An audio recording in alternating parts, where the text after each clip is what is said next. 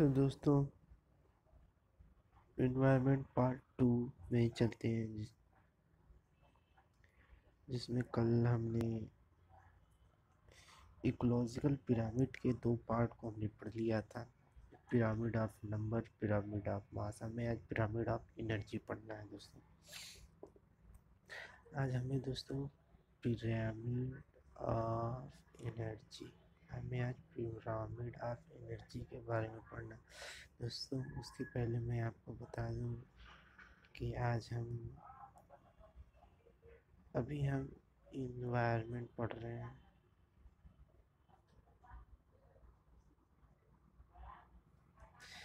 आज इन्वायरमेंट का भाग 2 पढ़ेंगे। छोटी छोटी वीडियो जिससे आपको पढ़ने में दोस्तों आसानी रहे। तो दोस्तों अगर हम पिरामिड ऑफ एनर्जी की बात करें तो उसके पहले हमें जानना पड़ेगा कि pyramid of energy, how to transfer energy. First of all we know about the law of energy. We need to know about thermodynamics, second law of thermodynamics. So friends, explain smoothly and very simply. When energy change, when energy change from one one form to another form, one form to another form, then some of the energy is lost. Some energy is lost. If here is 100 calorie, then transfer here. Let 50 calorie, means 50 calorie here loss. 50 calorie दोस्तों यहाँ पे क्या हो गया, loss. This is thermodynamics, second law of thermodynamics. What is, again we repeat, again I repeat दोस्तों। यानी जब energy change होती है एक प्लेस से दूसरे स्थान, तो एनर्जी का कुछ भाग लॉस्ट हो जाता है, तो उसे सेकंड लॉ ऑफ थर्मोडायनेमिक्स कहते हैं। तो दोस्तों अगर आप ये समझ गए होंगे तो दोस्तों अब हम चलते हैं main rule, लिंडेमान।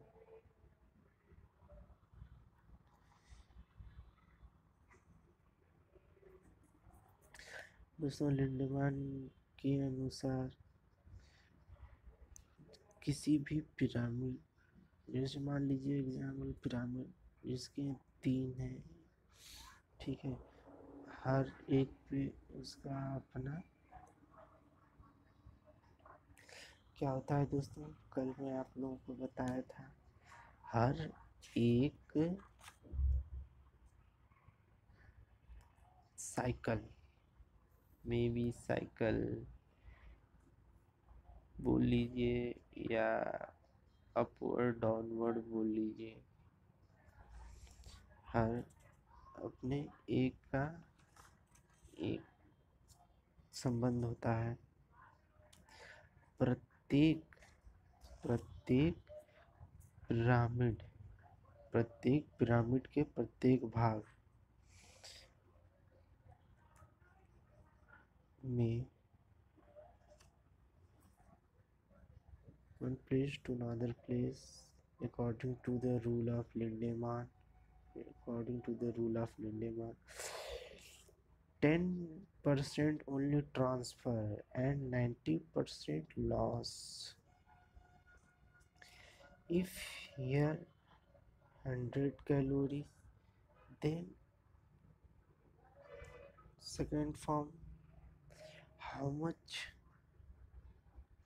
10%, 10 calorie transfer and 90 calorie lost.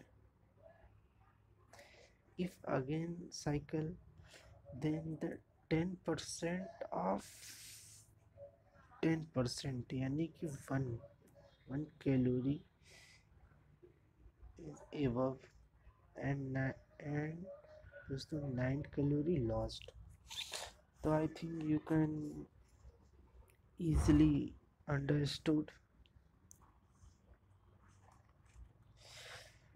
what is Lindemann law.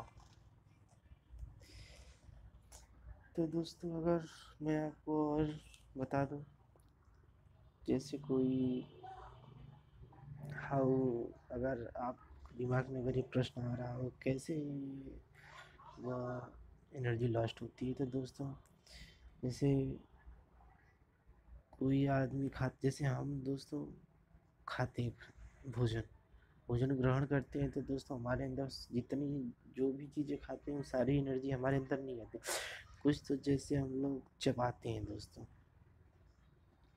चबा कर उसको खाते हैं, कुछ एनर्जी वहीं पे लॉस्ट हो जाती है, कुछ अंदर जाने के बाद डाइजेशन प्रोसेस में लॉस्ट होती है। तो ऐसे ही कई प्रक्रियाओं के द्वारा हमें केवल 10% एनर्जी हमारे शरीर के किसी भी भाग का हमें केवल 10% according to the Lindeman rule. तो दोस्तों आप समझ गए होंगे दोस्तों।